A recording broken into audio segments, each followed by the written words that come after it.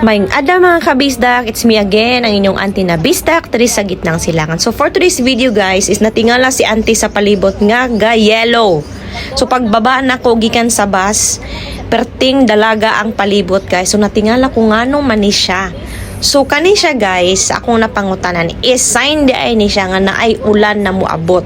So karon pa ko naka-experience ani. Kay sa una sa kuait lahi man niya, diri pod lahi ang iya dili kay tantong dilag pero kaning dilag kay siya guys.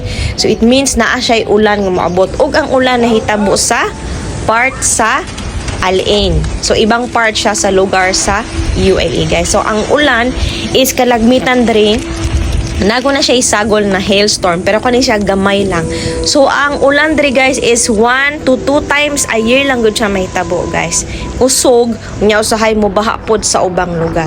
Munang kung asa man gani mo karon mga kabayan, mag-amping ta. Salamat.